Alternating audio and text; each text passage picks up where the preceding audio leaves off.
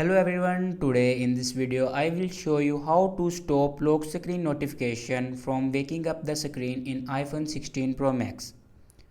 So first of all, before watching this video, don't forget to subscribe the channel and also press the bell icon. So let's start the video. First of all, open settings and now click on notifications.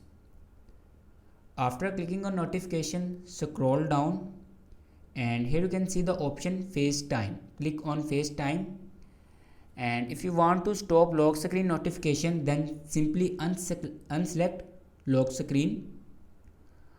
After unselected lock screen, go back and click on show previews. And if you want to stop lock screen notification from waking up the screen, then simply select never.